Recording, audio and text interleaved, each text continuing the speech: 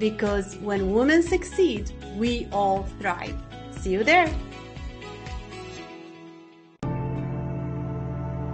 Uno de los acuerdos principales que se realizaron en el TEMEC implica que se tienen que dar nuevas áreas de inspecciones de distintos tipos y mejoramiento en los procesos que actualmente se están llevando.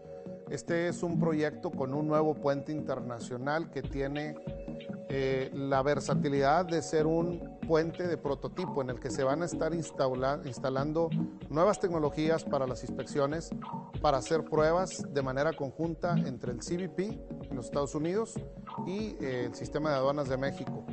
Esto es en cumplimiento a los acuerdos del Tratado de Libre Comercio que existe ahora, el USMCA. Es una necesidad que existe como tal entre México y Estados Unidos y es por eso que somos el puente más innovador, porque vamos a estar constantemente presentando nuevas tecnologías de manera conjunta con ambas autoridades.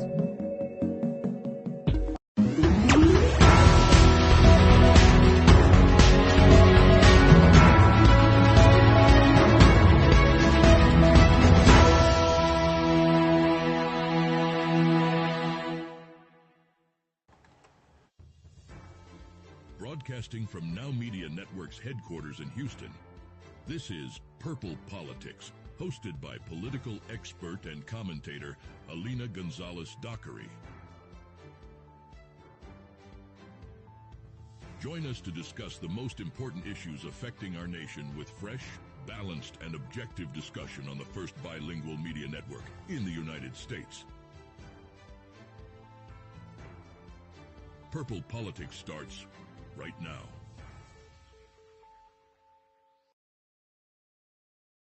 Hello and welcome back to another episode of Purple Politics. I am your hostess, Alina Gonzalez-Dockery. Let's just jump right into it. See if you recall these words and who said it. We stand with Israel. So in this moment, we must be crystal clear. We stand with Israel. We stand with Israel, and we will make sure Israel has what it needs to take care of its citizens, defend itself, and respond to this attack. There is no justification for terrorism. There is no excuse. Anyone want to take a guess?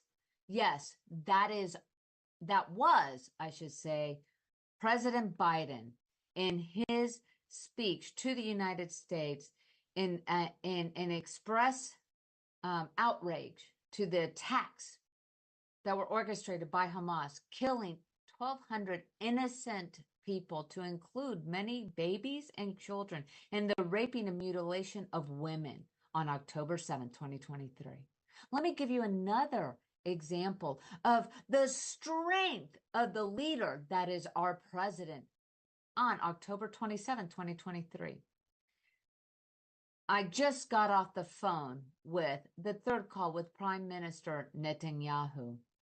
And I told him if the United States experienced what Israel is experiencing, our response would be swift, decisive, and overwhelming. Yes, that was President Biden. You can look it up. It is right there, October 27, 2023. So the big question is, what the hell has changed? Because the president that was then is not the same of today. Has Biden taken the knee to the extremists' ideological warfare that has been perpetrated upon our country since September 11th? We have now been witnessing the true nature of our president, which is a yellow belly coward? Or is it just because he is so threatened by the fact that he may lose an election that he will sell out our strongest, most ardent ally in the Middle East and potentially threaten the very lives and country and survival of Israel? Oh, and let me take a little side note. If you have any questions, yes, I believe that a sovereign country has every right to defend itself and to eradicate a terrorist organization that sole purpose is to wipe out, eviscerate, murder, and eradicate the Jewish population, and who has promised to do so over and over again, and then to go after the West. This is the isms that we are dealing with. And as one friend of mine pointed out, apparently they think that I am a statist or no, a Satanist because I believe in the Zion experience. And I assure you, I am not a Satanist. But I will tell you one thing. I am absolutely mortified that our president has frozen weapon deliveries to Israel. President Biden's latest threat to withhold certain weapons deliveries to Israel has sparked concerns in Tel Aviv about potential strain in relations with its key international ally. Israeli officials and analysts perceive Biden's warning as a political message to their government.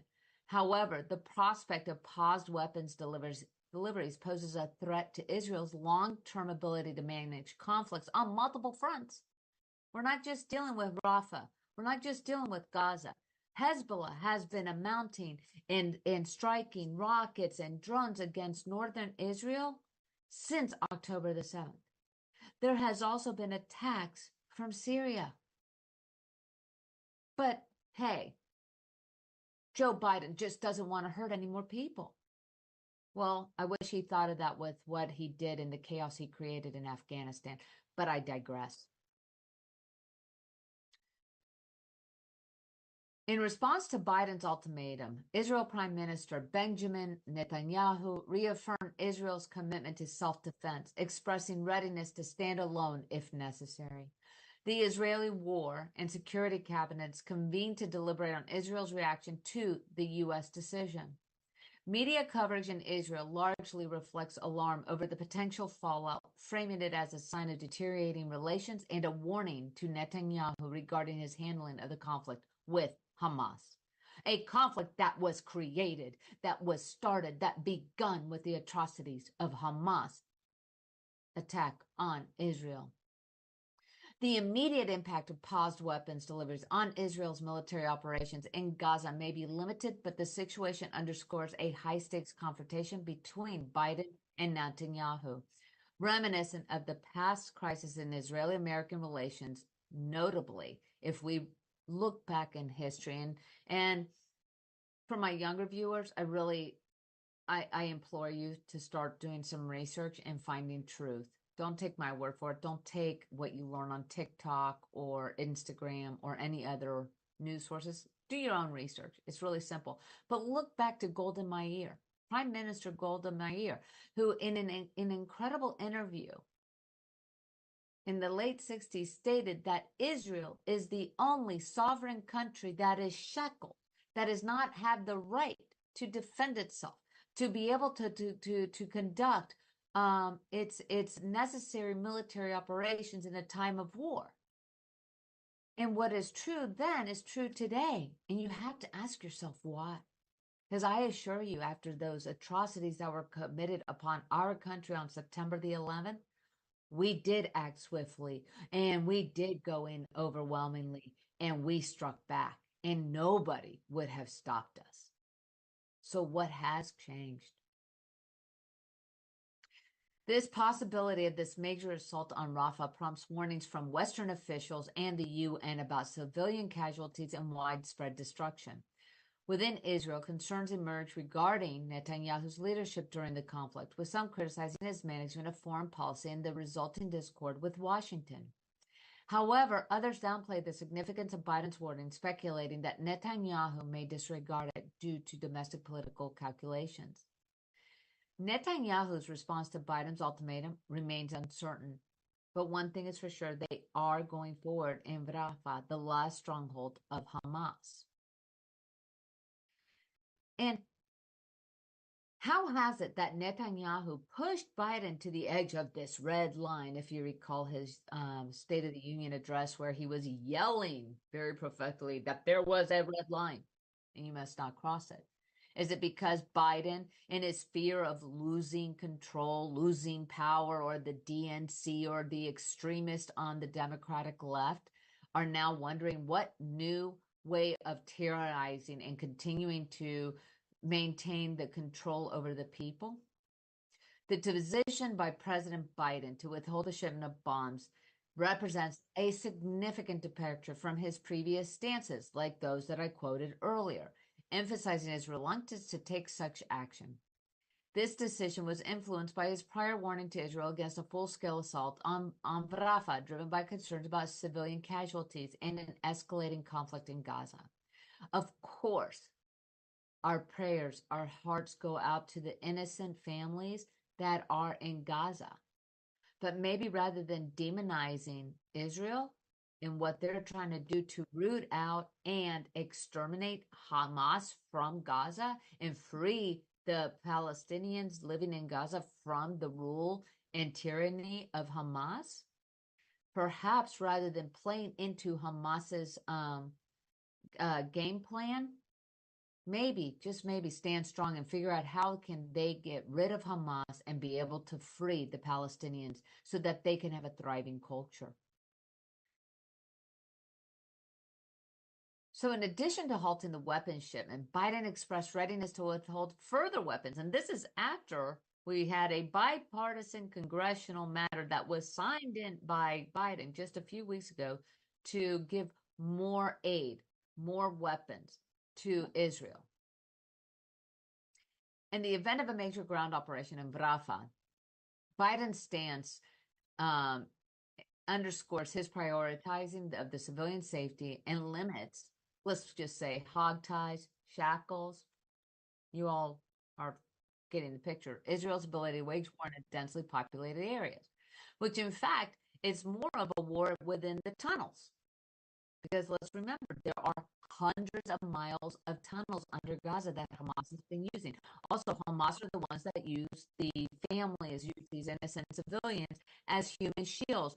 And Hamas are the ones that are stealing all of the aid, the humanitarian aid that is going in.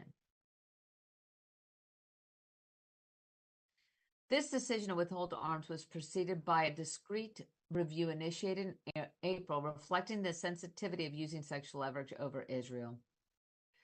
Despite the initial intentions for confidentiality, this decision became public, sparking criticism from Israeli officials and U.S. Republicans alike. Oh, and to include Senate Majority Leader Chuck Schumer. Yes, even though he was a few months ago saying, let's placate these, rabble-risers and the pro-Palestinian protesters and saying that we want a two-state solution, which, great, let's have a two-state solution. The problem is that one of the states involved in this two-state solution doesn't want the other state to exist. Anyone? Hints? That would be Hamas. Yes. So critics argue that Biden's move may not have had lasting impact unless accompanied by broader policy changes in U.S. support for Israel.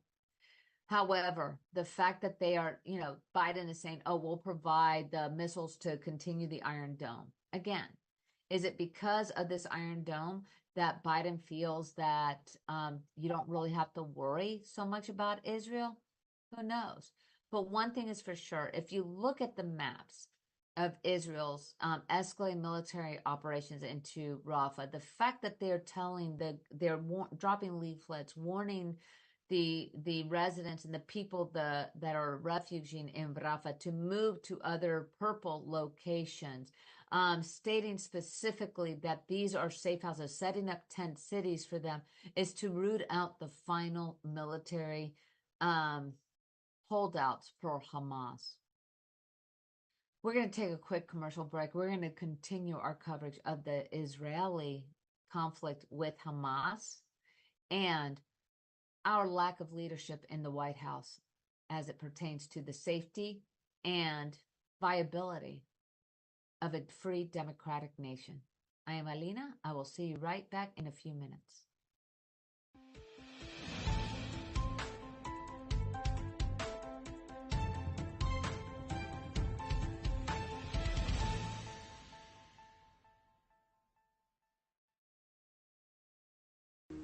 Do you have a car sitting around you want to get rid of?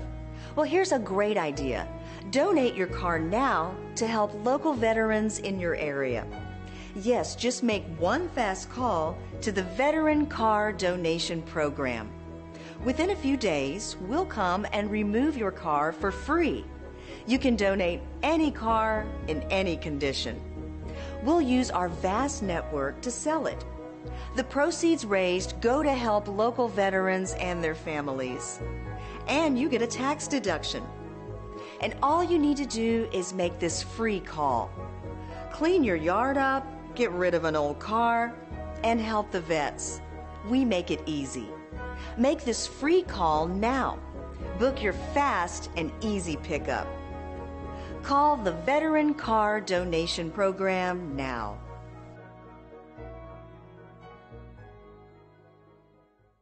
Attention timeshare owners. This is an urgent consumer alert from the Timeshare Exit Hotline, a national company specializing in helping consumers legally get out of their expensive timeshare contracts. We're offering you a way to legally get rid of your timeshare. So if you're fed up with the maintenance fees that keep on coming and want to learn if you can terminate your timeshare legally and permanently, call today. Call the number on your screen today. It's a free call.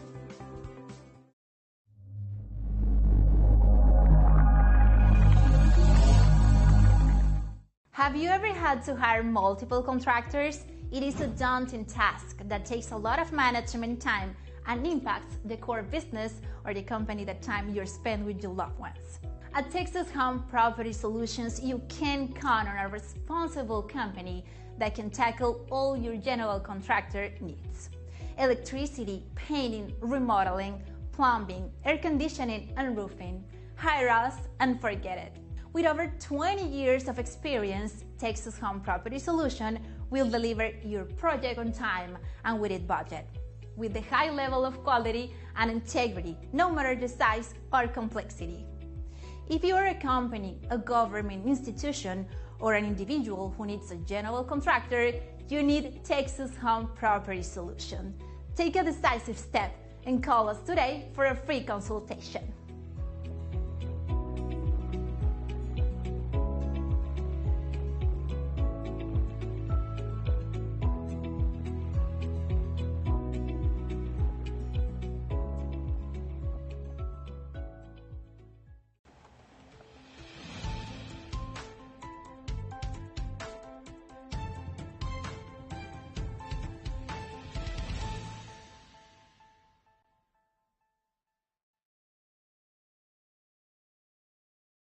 The Israeli military's incursion into Rafah marks a significant advancement in their ground operations in Gaza, as they had previously focused on other areas in the region. However, it remains unclear whether this signals the beginning of a full-scale assault or if Israel will adjust its strategy based on ceasefire negotiations, which we'll be getting into a little bit more on that, because it's really not a negotiation when you have the United States only speaking to one side and then saying, here's the deal. And basically it has everything in it that Israel would be opposed to, like leave Gaza and Hamas stays in power. That sounds like a great deal. Way to go there, CIA birds. But I will get to that.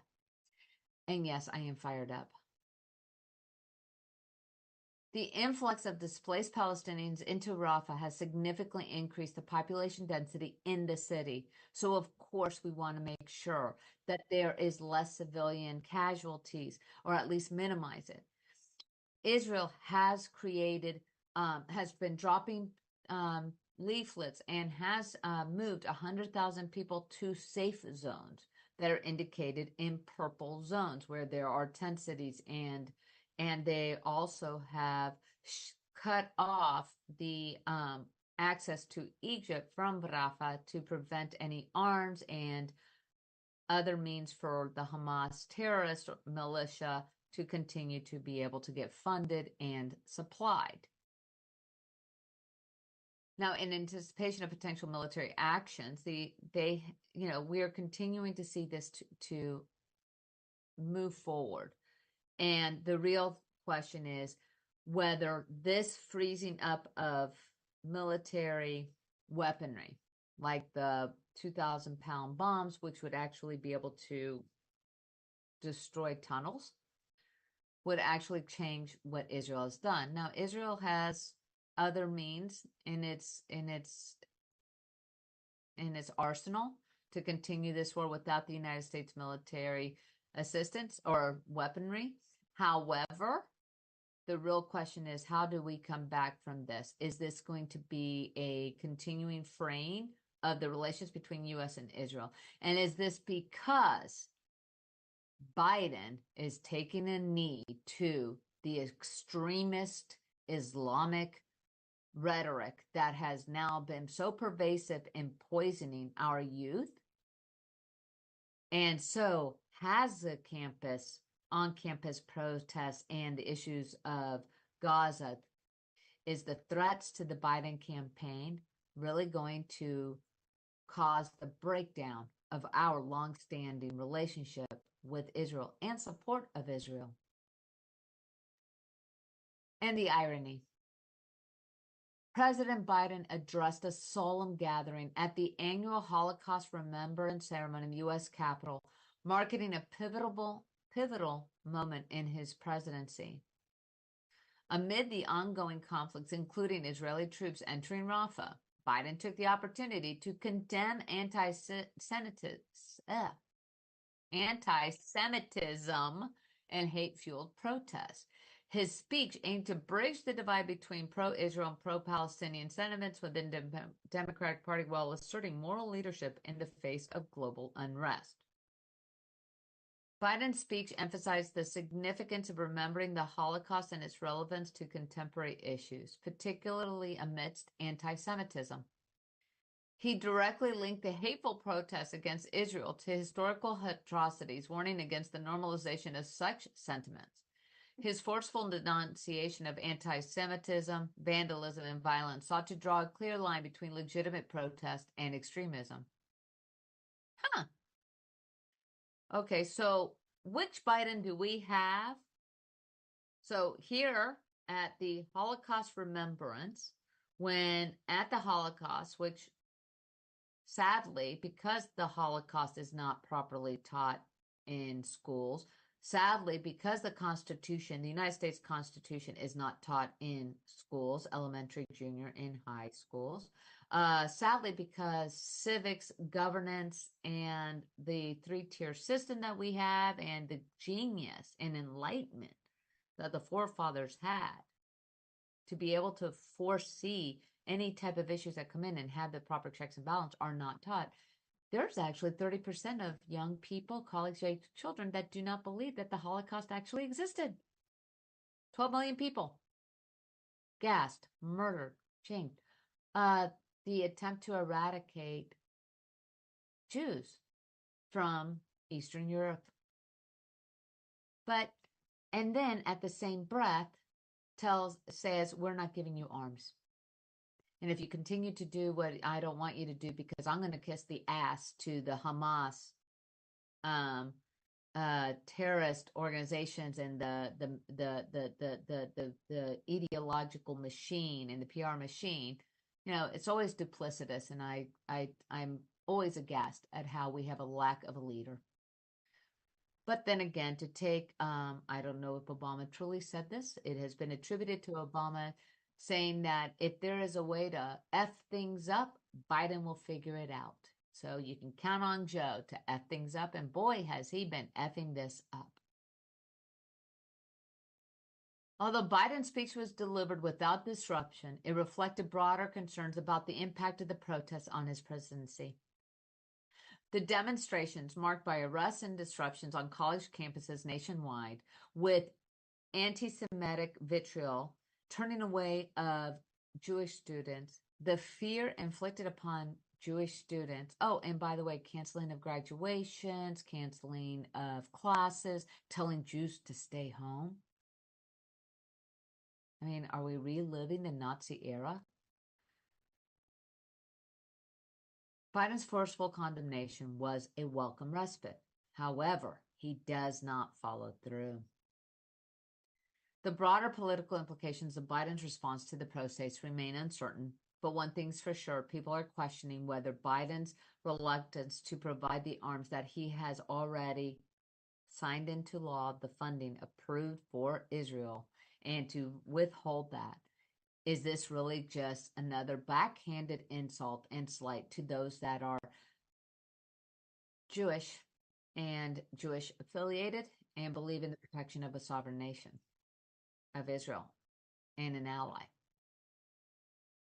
And while we're speaking of continued protests, because as you may have seen, not only were the encampments taken out and students being arrested, because despite what Michael Moore may say and others, no, free speech is not.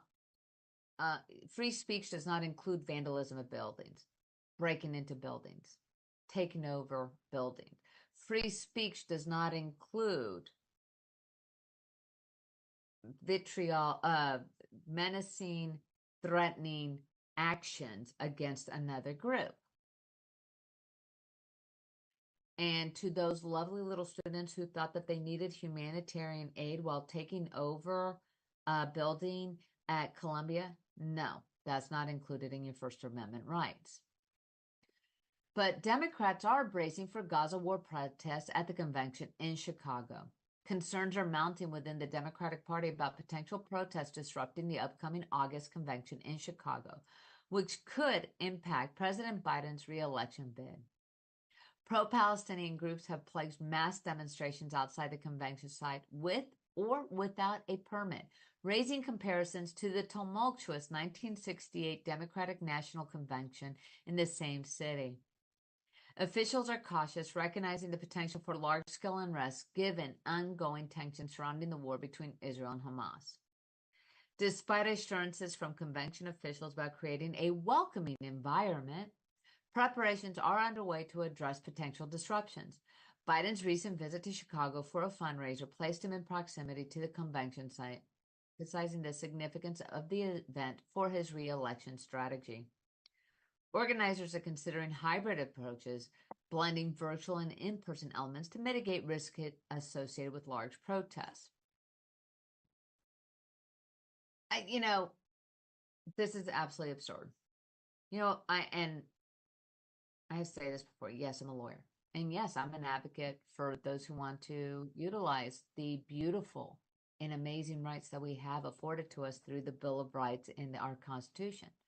So, quick tutorial for the protesters. You have every right to peacefully protest. What that means is air your grievances, state that it is, hold your posters and your placards. That is the beauty of this country, that you can show your disdain to your elected officials and to your government and to your president, just like I am sharing my disdain right now with the lack of leadership and the cowardice that is shown by our president. That is my right, at least for now, because under this administration, we've been having greater attacks on our freedoms than ever before. Keep it peaceful. But one thing I have noted, and I'm going off script right here, is since 2020, we have seen one extremist group after another end up pushing further and further the needle to more extreme. And it is time. It is time to stop the minutia. It's time to stop the craziness. It is time to get control. Because the one thing I can assure you is, if our democracy falls, if what you are trying to push in an amped up way, and this is also has everything to do with the fact that academia has been prolific, is political prolifery of this socialist and the evil ways of the United States. I assure you, nowhere in those countries that you claim that we have young adults saying, I am Hamas. If you go to Gaza, if you go to some of these extreme Middle East, or even somewhat extreme Middle East things, as a woman, you don't have rights. You don't have a right to speak out against the government without maybe being beheaded. Peacefully protest. Do what you'd like. But do it without violence. Do it without looting. Do it without vandalism. Do it without breaking of windows. Maybe more of us would be willing and more inclined to listen to you, and also learn the facts. Because one thing is, is if you're going to protest something, at least know what you're protesting and know the facts behind it without just following what these people have told you or what the little pamphlet tells you. And for the young students, as I tell my nieces, as I tell my nephews, as I tell my friends' kids who I also believe are my niece, or I treat as my own, and my niece, you know what? You have every right to your opinion. I will fight for every right I will fight for you to continue to have that voice, but please learn the facts. Do your research. This is Alina Gonzalez-Dockery. I'm going to take a quick commercial break, and then we will go on to other legal maneuvers, how Trump is winning the game.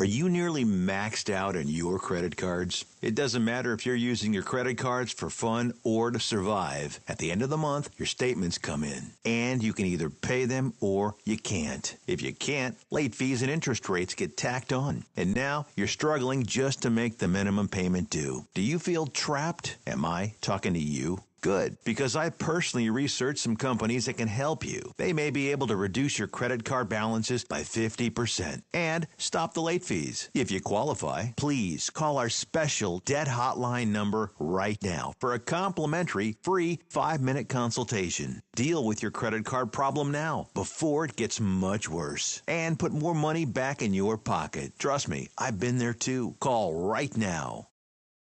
Call 855-993-2096 right now. That's 855-993-2096. Are you nearly maxed out on your credit cards? It doesn't matter if you're using your credit cards for fun or to survive. At the end of the month, your statements come in, and you can either pay them or you can't. If you can't, late fees and interest rates get tacked on. And now you're struggling just to make the minimum payment due. Do you feel trapped? Am I talking to you? Good, because I personally researched some companies that can help you. They may be able to reduce your credit card balances by 50% and stop the late fees. If you qualify, please call our special debt hotline number right now for a complimentary free 5-minute consultation. Deal with your credit card problem now before it gets much worse and put more money back in your pocket. Trust me, I've been there too. Call right now. Call 855-993-2096 right now. That's 855-993-2096. What if this happened to you when you're alone? Or what if it happened here? With MedGuard Alert, you're never alone. You can connect with medical professionals anywhere, anytime. And now MedGuard is introducing our exclusive new CareWatch. If you need help quickly, use it from anywhere to contact medical professionals. No cell phone required. The CareWatch is not only a life-saving medical alert device, it's a revolutionary health monitoring system that checks your blood pressure, heart rate, oxygen saturation, and much more. And here's the best part. If you have Medicaid, you may qualify to get your CareWatch for free. The CareWatch is only available through MedGuard Alert. Call us right now. We have monitoring programs starting as low as $1 a day. The call is free, activation is free, shipping is free, and no contract is required. Remember, with Medicaid, you may qualify to get your CareWatch for free. Don't wait. Call us to get your CareWatch right now. Operators are standing by.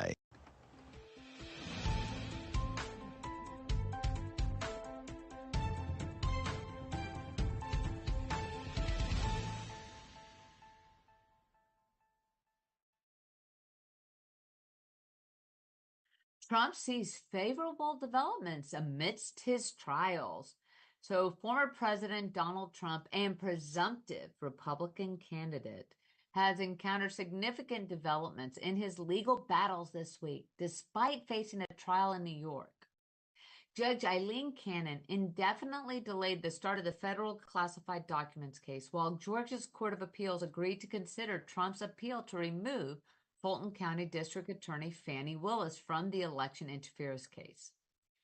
These decisions imply potential delays in both trials, which could extend beyond the 2024 presidential election, where Trump is expected to be the Republican nominee. These legal updates suggest that the ongoing hush money trial in New York might be the only case involving Trump before the 2024 election. And if you all are like myself, yes, it was very interesting to get into the tawdry details of an illicit sexual affair that honestly, hush money and affairs has been part of the politics and major corporate forever. Let's look at Bill Clinton's first campaign, or hey, President John F. Kennedy. I mean, my God, the guy was stuffing more women in that White House than I think ever before or ever since. Additionally, delays in Trump's federal trial related to the January 6th Capitol attack add to the uncertainty surrounding his legal challenges. The postponement of the federal classified documents case could significantly benefit Trump, who has faced accusations of using legal maneuvers to delay the trial until after the election. It kind of cracks me up because, again, all criminal defendants have the right to due process, and it's supposed to be a fair fair trial basis. To right to due process is a 14th Amendment right in our Constitution. That is something very unique to the United States. We have a right to due process. We have a right to depose those witnesses that are and confront them in depositions. We're allowed to conduct evidentiary things. We're allowed to see what evidence the other side that the state is going to use. Actually, it is required.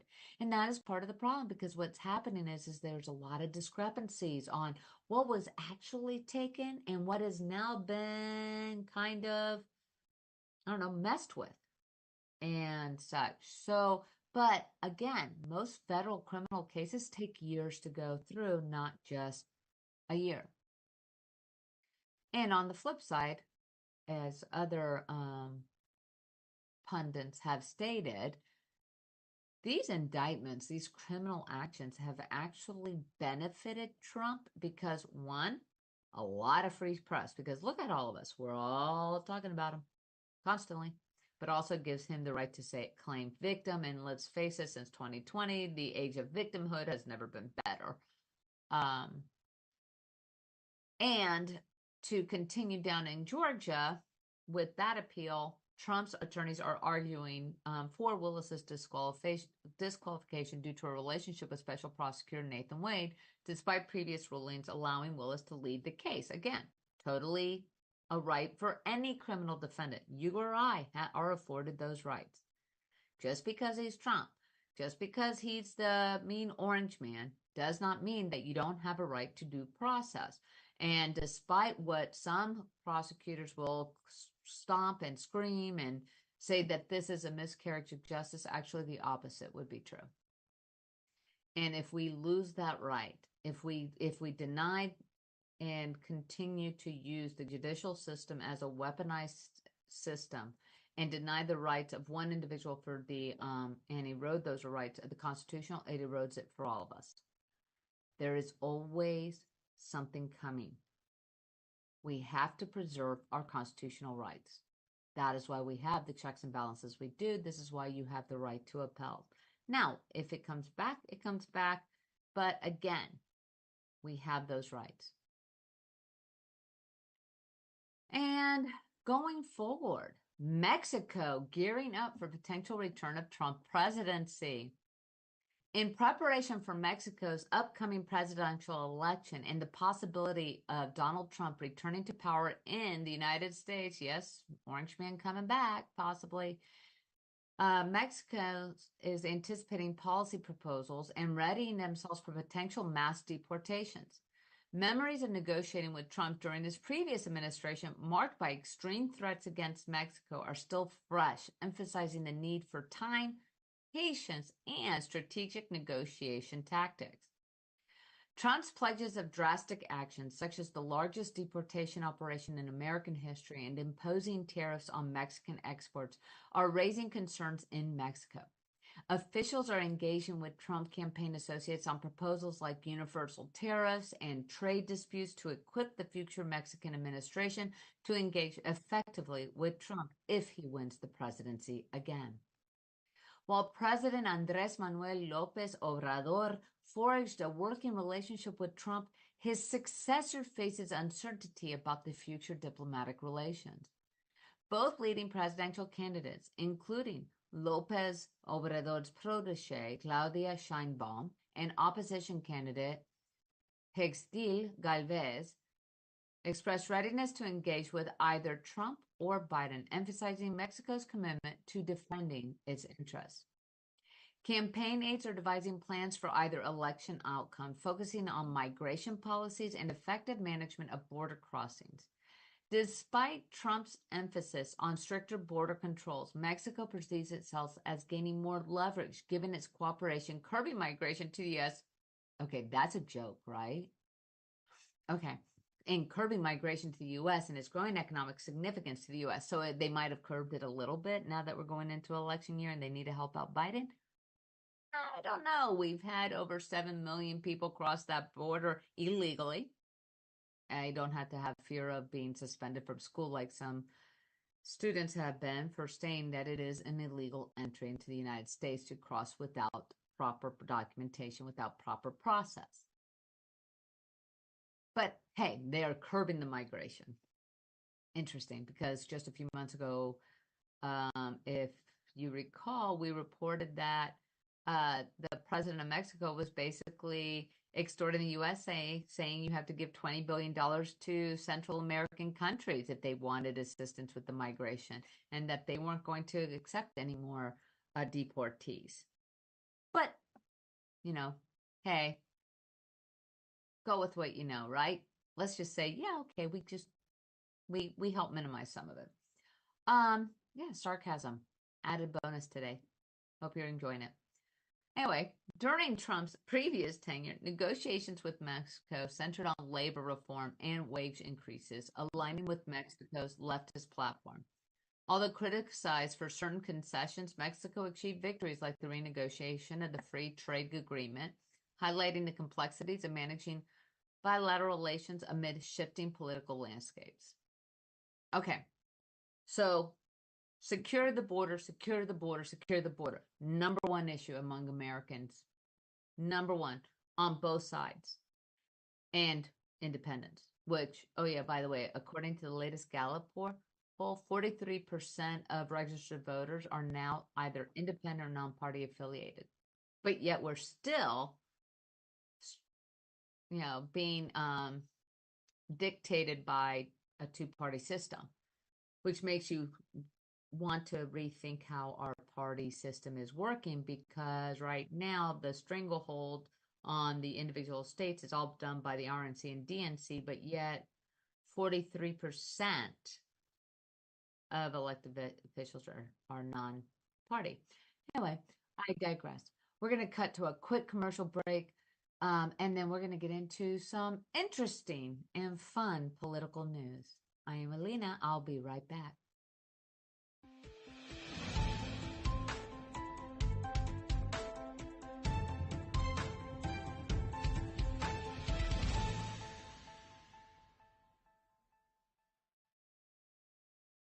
If you're living with diabetes and using insulin, you know the pain of pricking your fingers over and over again. By wearing a small device called a continuous glucose monitor, or CGM, you can reduce the pain of pricking your fingers right away. If you use insulin daily, you might be eligible to get your own continuous glucose monitor. So call the US Med Diabetic Health Hotline today and learn about the latest CGM technology. Not only can a CGM immediately reduce pain, it's accurate, easy to use, and helps you make better diabetes treatment decisions. And if you have Medicare or private insurance, you can see if you qualify for a CGM at little or no out-of-pocket cost. We'll also provide free shipping of your new CGM, and we'll bill your insurance company for you. If you use insulin daily, you might be eligible to get your own continuous glucose monitor. So call the US Med Diabetic Health Hotline to see if you qualify for a CGM at little to no out-of-pocket cost.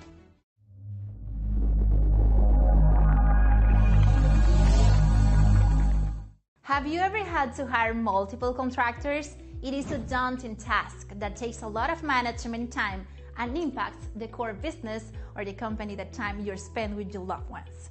At Texas Home Property Solutions, you can count on a responsible company that can tackle all your general contractor needs.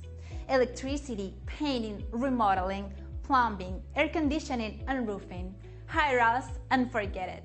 With over 20 years of experience, Texas Home Property Solution will deliver your project on time and within budget, with the high level of quality and integrity, no matter the size or complexity. If you are a company, a government institution, or an individual who needs a general contractor, you need Texas Home Property Solution. Take a decisive step and call us today for a free consultation.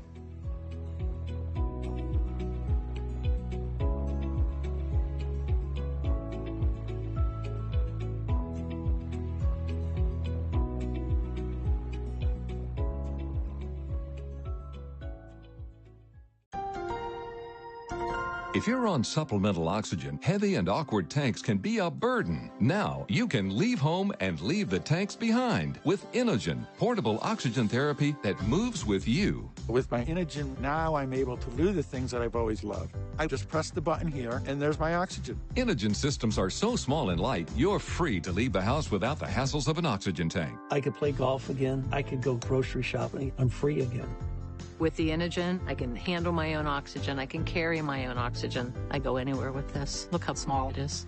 And right now, you can try an Inogen portable oxygen system for 30 days risk-free. Call us right now. If you qualify, we'll send you an Inogen system to use for 30 days risk-free. Your insurance may even cover your new Inogen system. If you're on oxygen, you need to be using an Inogen. Call 800-367-1753. That's 800-367-1753.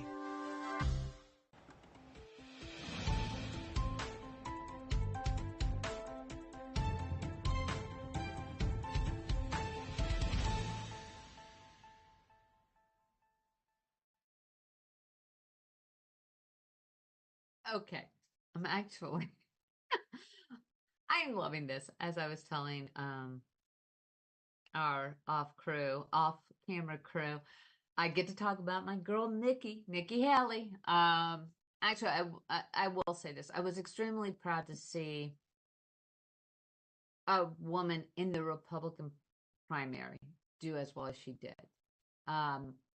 And some of you will say, "Oh my God, Trump trounced her." Yeah, Trump did trounce her, but you know what?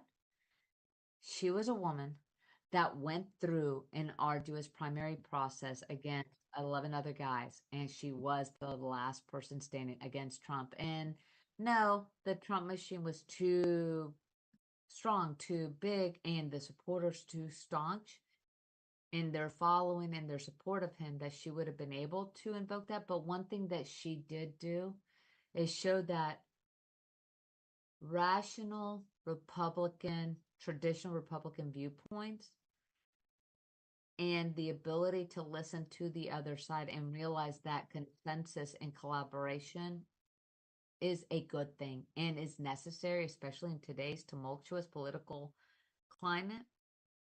And she's still showing up on the polls. She dropped out, remember, months ago. But anyway, I digress again. Sorry, I had the best coffee. Maybe that's it. Nikki Haley navigates post-presidential race path amid speculation and support.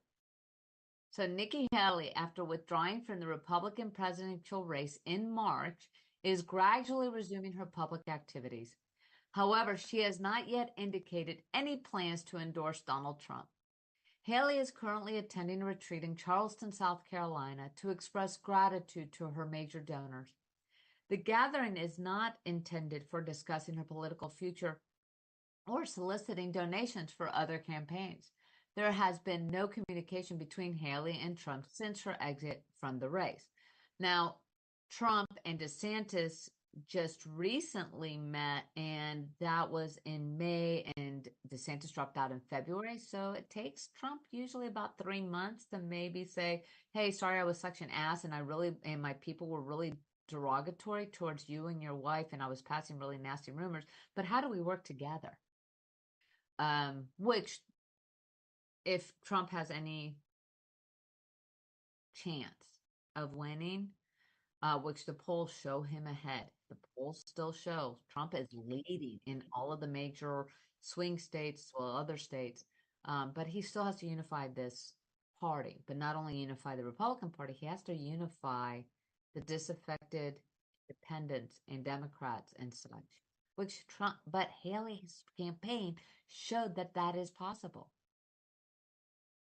While Haley has refrained from endorsing Trump, there is speculation about her potential future in politics. Some of her supporters believe she could make another bid for the presidency, drawing parallels with past nominees like John McCain and Mitt Romney. I would prefer to draw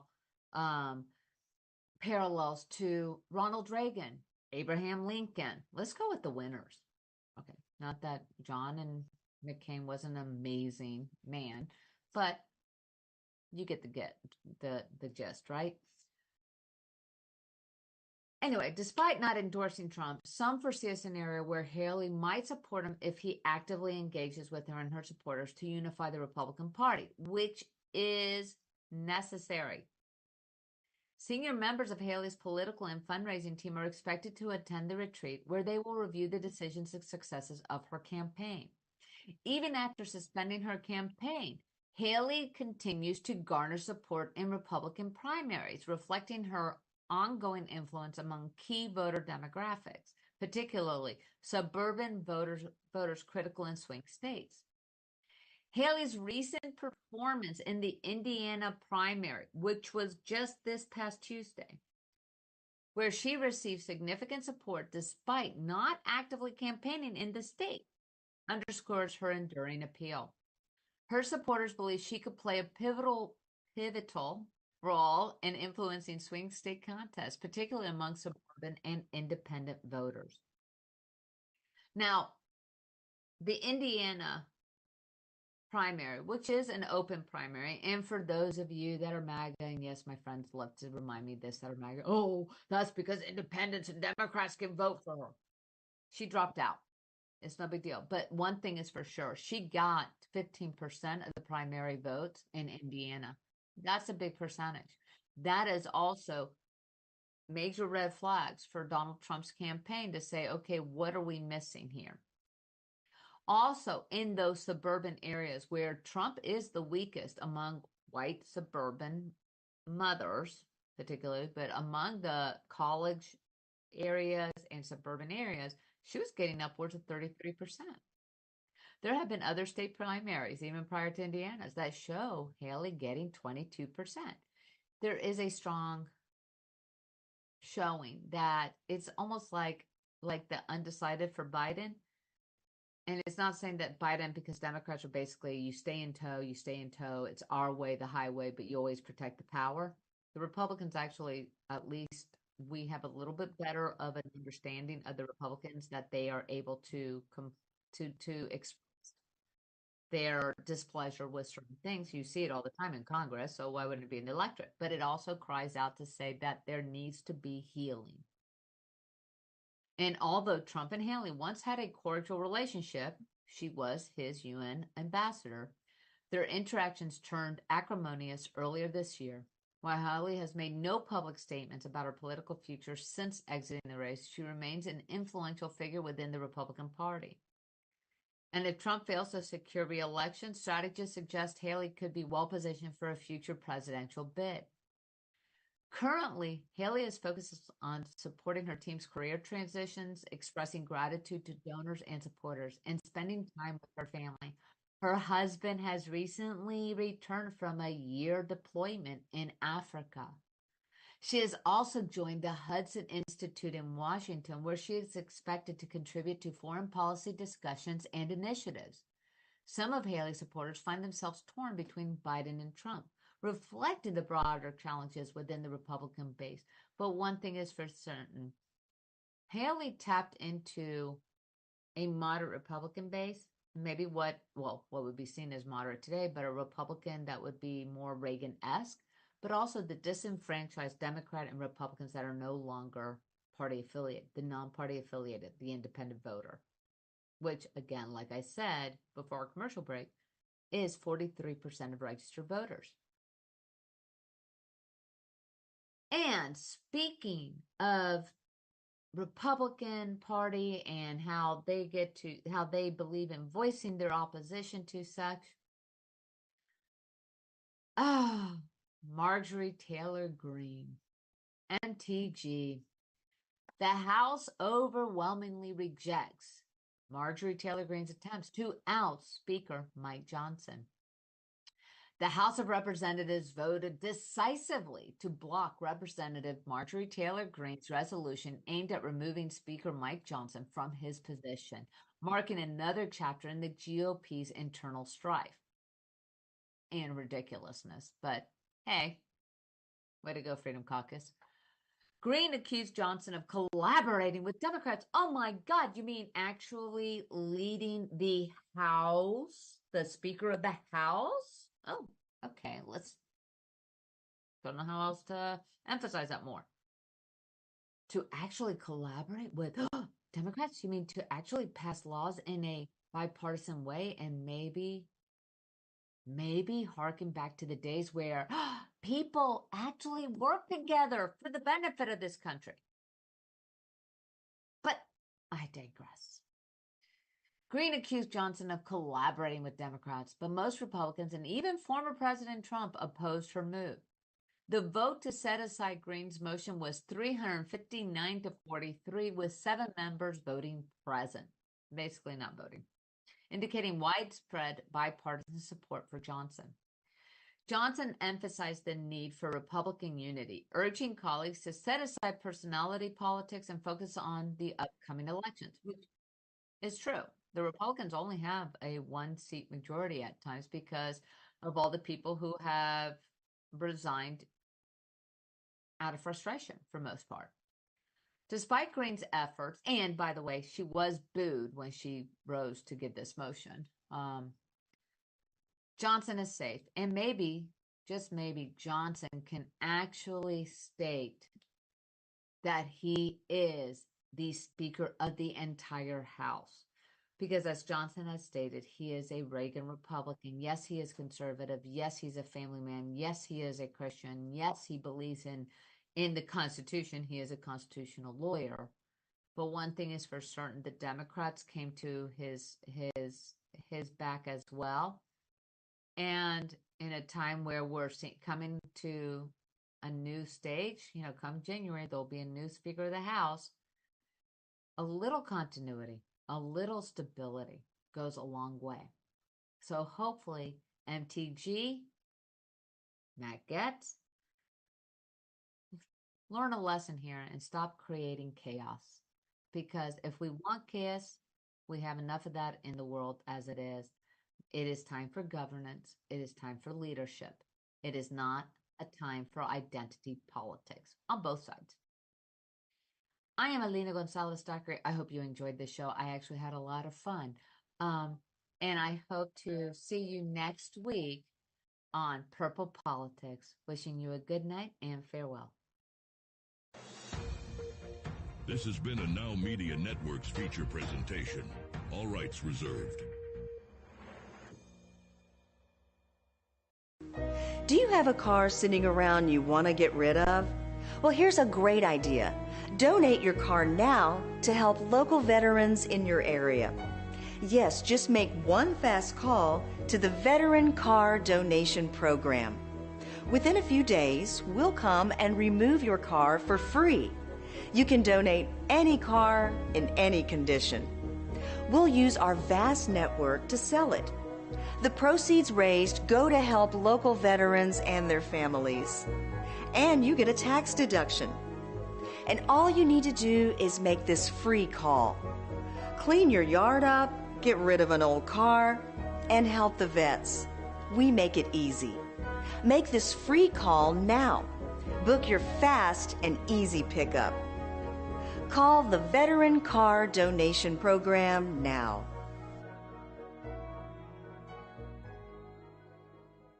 How How would you like to go on a 5-star vacation for just $99? We're talking about the quality of a Westgate resort for $99. Not for one night, but for 3 fantastic nights at one of their luxurious destinations across the United States. And you'll even get a free $100 Visa gift card just for making a reservation. We've got some of the choicest destinations that you'll love in the United States that you can choose from for just $99 for a 3-night stay. Take your family, take a special loved one, but get away. Go on vacation with Westgate Resorts. Call now to make a reservation for just $99 and you get a free $100 Visa gift card. Call Westgate